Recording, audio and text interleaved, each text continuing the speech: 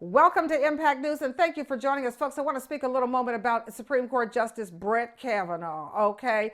A former prosecutor says we got to have a new investigation into Supreme Court Justice Brett Kavanaugh after a documentary about Kavanaugh and sexual impropriety. Folks, did he or didn't he? That has always been the question for most. Another question is, why is he on the Supreme Court with these kinds of shadows hanging over him?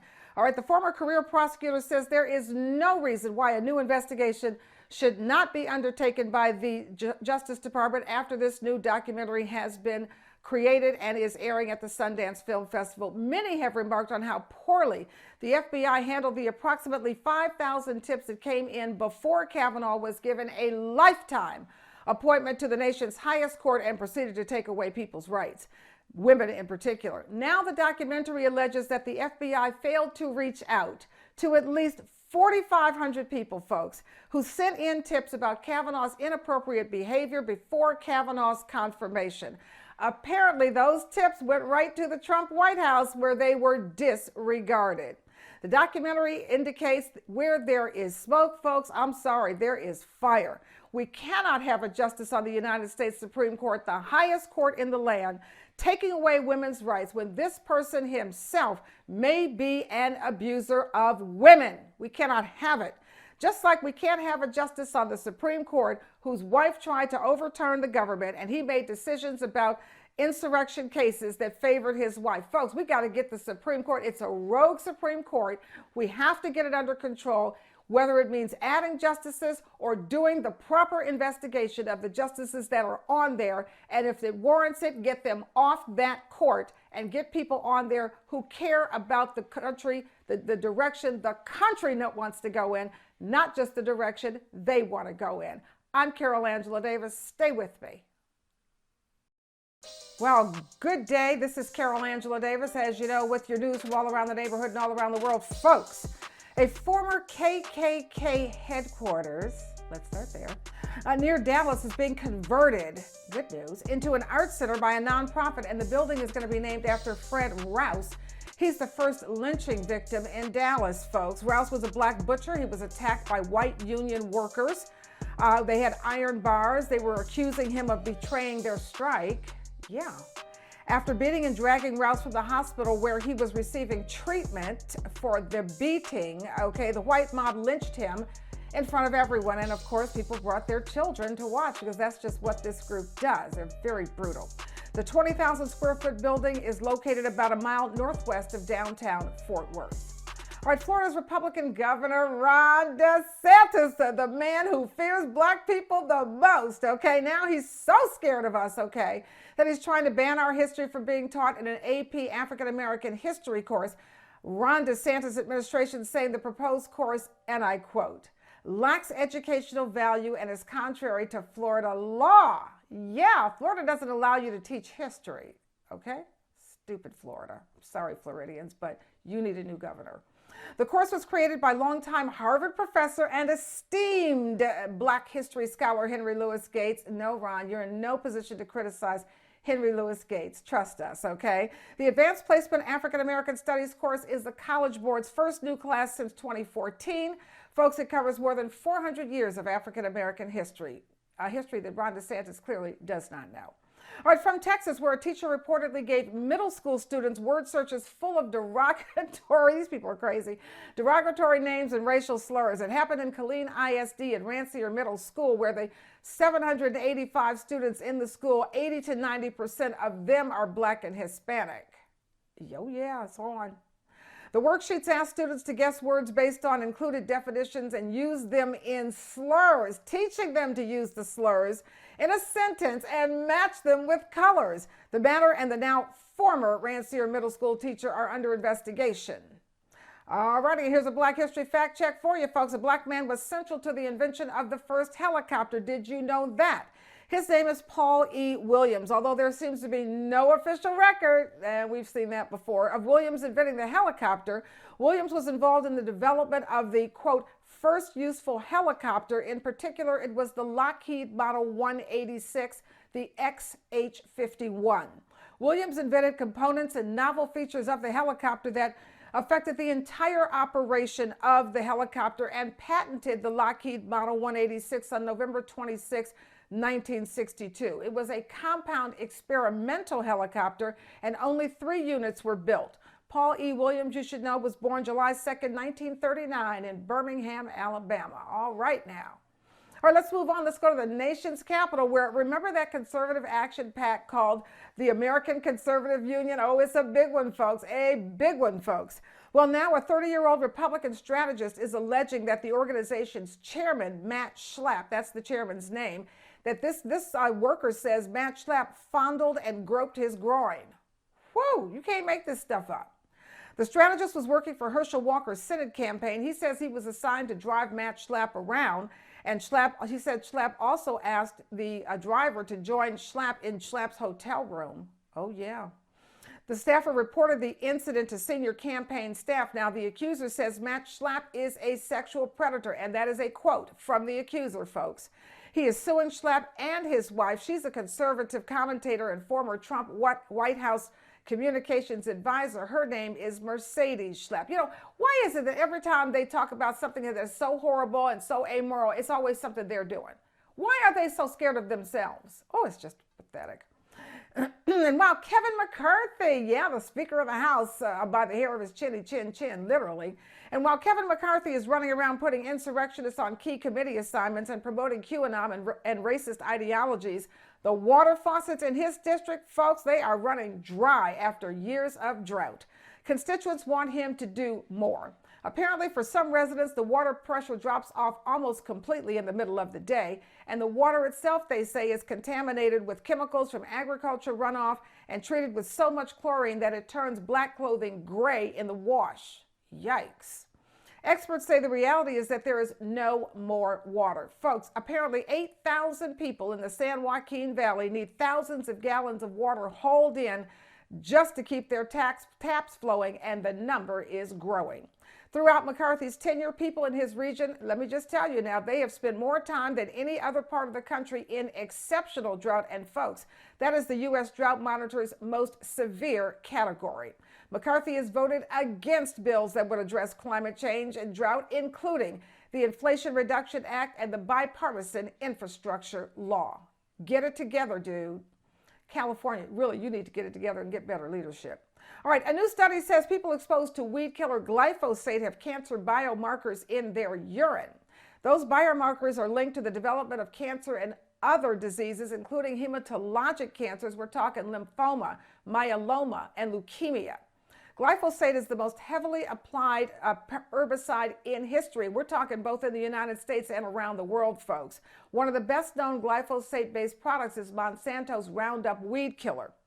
We all use that, so we're all in trouble. All right, Monsanto and its German owner, Bayer, they've always assured the public and regulators that exposure to the weed killer does not pose a threat to human health. All they do is lie. Right now, Monsanto and Bayer are facing lawsuits brought by tens of thousands of cancer patients. They all claim that exposure to Roundup weed killer caused them to develop non-Hodgkin's lymphoma. The company has already agreed to pay more than $11 billion, folks, to settle the bulk of those claims. And then, are you using that new period underwear? You better watch it, folks. A new study says period-absorbing underwear brand Thinx sold itself as an unfussy, non-toxic, organic alternative to traditional menstrual products. But the lawsuit says the company misled customers by marketing its products as free of harmful chemicals when, in fact, they were not. The lawsuit questions the safety of Thinx reusable period panties and products and the PFAS chemicals that the lawsuits and plaintiffs say were found in them. We all know about PFAS. Those chemicals, have been linked to reproductive problems and cancer. And the lawsuit is alleging that the underwear also contains metal nanoparticles. They're used to deodorize clothing, and they can easily enter the body and disrupt the balance of the body's bacteria. Folks, PFAS chemicals are not instantly toxic like arsenic. It doesn't work like that, okay? They attach to various proteins in our blood, and they're transported to every single region of our body, folks, and they pile up in our blood over time. Translation, it's a ticking time bomb, and we've all got one in us. That's not good. We have to get rid of the PFAS chemicals. Pay attention to what's going on in the community and in the nation. Let's take a look at the diaspora. We're going to go to Africa, where African countries should see employment numbers rise by 3.6% from 2021 to reach 511 million employed people in 2023, folks. One downside of this is fewer hours worked per person and higher rates of informal work. Africa's total employment rate, inched up to 85% from 84.3% in 2022. And then from the Caribbean, immigrant rights groups are welcoming the U.S. Announcement that it's going to protect the rights of Caribbean immigrant workers.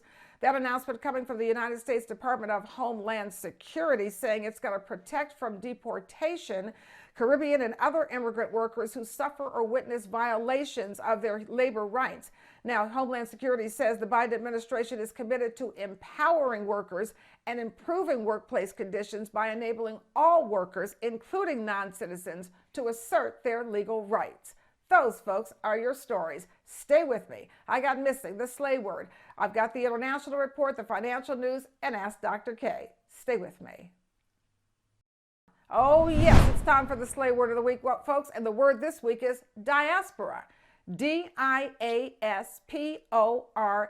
Diaspora. That, folks, is a noun, and its origins it comes from the Greek from the 17th century. Here's the definition of diaspora: the dispersion or spread of a people from their original homeland. We'll use it in a sentence, 2 sentences actually. African diaspora populations include, but are not limited to, African Americans, Afro-Caribbeans, Afro-Latin Americans, Black Canadians. Those are descendants of West African who were brought to the United States, they, of course, for slavery. They also were brought to the Caribbean and parts of South America during the Atlantic slave trade. All right, here's sentence number 2. The African diaspora is the voluntary and involuntary movement of Africans and their descendants to various parts of the world during the modern and pre-modern periods. Diaspora. That's your slay word of the week. It means the dispersion or spread of a people from their original homeland. Stay with me. Anyone who thinks that slavery ended in the 1860s with the signing of the Emancipation Proclamation are grievously wrong. If we caught a bird, we ate through the feathers and ate the bird. We didn't have nothing to cook on. We didn't have no stove. You know who you are and who we are. We're still on that big plantation. She was bonded to them until they died. She was their slave. They said, well, we're gonna be killed tonight. Could that same white dude keep terrorists there, or Russian spies, or the KGB, and the government wouldn't know it? No.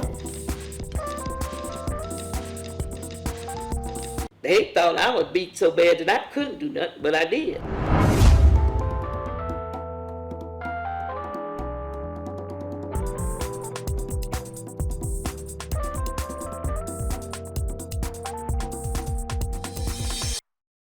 Where are you? We are out there looking for our missing African American girls, and with your help, we're going to find them. 13-year-old Mercedes Crumpton was last seen on a Friday on the west side of Chicago, Illinois. She was spotted in the 800 block of South Keeler Avenue. Mercedes regularly wears a black dress and black furry sandals. She has a scar on her nose and wears long braids. Mercedes is 5'5". She weighs 100 pounds and has brown eyes and black hair. Please call Chicago police with any information about Mercedes Crumpton. Where are you? We want you to know we are out there looking for you, and with the help of the members of the community, this viewing audience, we're going to find you, because we're not going to stop until we do. Well, thanks for staying with us. We're doing the international report for you, as we do every week, with Dr. Inyang Ebon Harstrup. And Ini, thank you for joining us. I understand that Africa's made great progress in eradicating one of the health concerns. That's right. And I thought it was such an upbeat story that I wanted to bring it to you, because in a world where people are anti-vaxxers, they don't want vaccines, and you are having diseases that we thought we'd handled coming back, it's very sad. But I have an upbeat worm, guinea worm, which is a deadly disease. Parasites enter your system and the worm enters and it grows very long. Well, there are only 13 human cases left. And the Carter Center has managed to eradicate guinea worm. And they've been working on this since the 70s. And basically, it's the most difficult phase. The 13 infections that have occurred in 4 countries in sub-Saharan Africa, 6 in Chad, 5 in South Sudan, 1 in Ethiopia, and 1 in Central African Republic. So you can imagine that's all that remains. And it was such a devastating disease for people who couldn't have access to clean water, would drink dirty, contaminated water, especially the children, and would get these guinea worms. And so now the thought that it can be eradicated is really, really amazing. Well, as we know, Africa has led the way in so many important health issues. So I guess I have to say, I'm not surprised they're leading the way with this, and we're glad to see it eradicated. We just hope here in America, people will understand that our scientists are also trying to eradicate things like COVID. and we'll follow the advice of the scientists because they know what they're doing. Thank you so much, Dr. Inyang Ebon-Harstruck. We thank you for tuning in each week to understand what is going on and all the exciting developments that are happening around the world. Stay with me. Folks, for your financial news, why, folks, did egg prices rise 60% in 2022? Come on now. One farm group claims it's a collusive scheme by suppliers. That's what Farm Action says. That's a farmer-led advocacy group. It says major egg suppliers have engaged in a collusive scheme to gouge and fix prices to boost their profits. Oh, sounds familiar. A lot of industries are doing that. And they're calling on the Federal Trade Commission to investigate. Folks, the price for eggs jumped across all egg types. And the rise in egg prices is among the largest percentage increases of any U.S. consumer product, okay? And I'm talking about product or service, all right? That's according to the Consumer Price Index, which of course is a measure of inflation. Large grade A eggs cost $4.25 a dozen in December on average. That's a 138% increase from $1.79 just a year earlier. Come on now.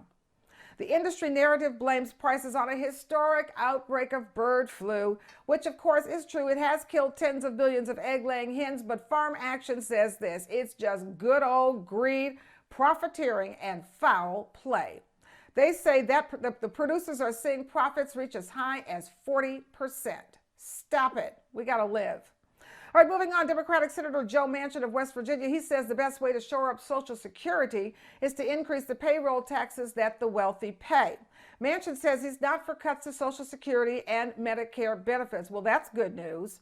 In fact, he says in West Virginia, 60% of the population only has Medicare and Medicaid. Okay, we know what that's population. All right now, don't try to put everything on us. Manchin is not the only senator with a plan. We all know that Senator Bernie Sanders and Senator Elizabeth Warren, both of them have plans. They want to reapply payroll taxes for those earning over $250,000. And also Representative John Larson, a Democrat from Connecticut, he has a plan. He calls for applying payroll taxes starting at over $400,000. So we'll see what happens there. And then finally, Walmart is raising the minimum wage as the retail labor market remains very tight. The Walmart minimum wage is going up to $14 an hour for store employees. That's roughly a 17% jump for the workers who stock those shelves and cater to customers. And it means starting in early March, Walmart's U.S. average wage is expected to be more than $17.50. Walmart is also sweetening its college tuition program, which is great news, and creating more high-paid roles in its auto centers. Excellent news. Walmart is the nation's largest private employer. About 340,000 store employees, or 21% of Walmart's 1.6 million employees, are going to be getting this raise. Good news, good for Walmart. We got to take it a little higher, but good for Walmart that it cared enough to do this. Stay with me. I'm just sick and tired of us not spending time together lately. I know, baby. I know. I'm sorry I ain't been spending time with you. I just been working on this big deal. It's gonna bring a lot more money to the household for it. What you doing here, boss? Yeah, just checking to see if you still got it. You take this work. You partner. I don't want it back. You seen the movies, man. I know how this goes. You see the movies, huh? Did you see Goodfellas? New Jack City? Everything I do is for you. Like, I just need a little bit more time, man. Fine bullshit. Like I said, he's gonna call any second. Why don't you take a look at this video? Guess what? It's starring you.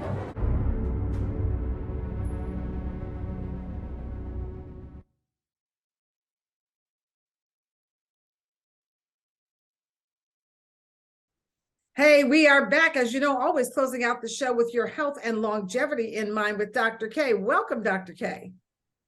Thank you. Thanks for having me. Oh boy, we are approaching February, Heart Health Month. What an important time for anyone from the African diaspora. And so I'm going to start this month out by talking about your annual checkup. And oh yes, you should have an annual checkup. You can also regard it as a check-in with your primary care physician, understanding that there should be no money out of your pocket for that visit or for anything screening, such as a colonoscopy, a mammogram. All of those things are nothing out of pocket. So you go into your physician and you're picking that person because you can actually talk to them and you feel that they are listening to you. They don't have all the answers, and neither do you. This is a relationship between the two of you. So let's just say they tell you that you have high blood pressure or high cholesterol, and you tell them things like, I don't believe in medication. Take the medication initially and understand that these are diseases of lifestyle. Lose weight, begin to exercise. I advocate for the whole foods, plant-based diet as our optimal way of eating, but definitely give up the Western diet, meat and dairy. And you may not give it up right away. You may slowly, gradually decrease your portions of meat and dairy as you transition, but understand that your weight and your lifestyle contributes to these diseases. And then maybe you can wean yourself off the medication.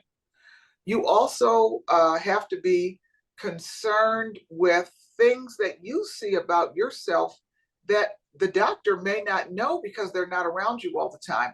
Please believe that you know yourself better than anyone knows you. And it's okay to challenge your doctor. It's okay to ask questions because nobody knows you better than you. So ask those questions, get those answers, and also read about some of these diseases on your own so that you are also an informed patient. So let's make this a very healthy year, a very healthy heart year, and let's live a long, healthy life. Thank you so much for having me. Dr. K, thank you so much for coming on each week and bringing us such critical and vital information. And audience, thank you for tuning in and for paying attention and for frankly caring about your health. From all of us here at Impact News, I'm Carol Angela Davis, wishing you a wonderful week. Thank you. Thank you. See you next week. See you next week.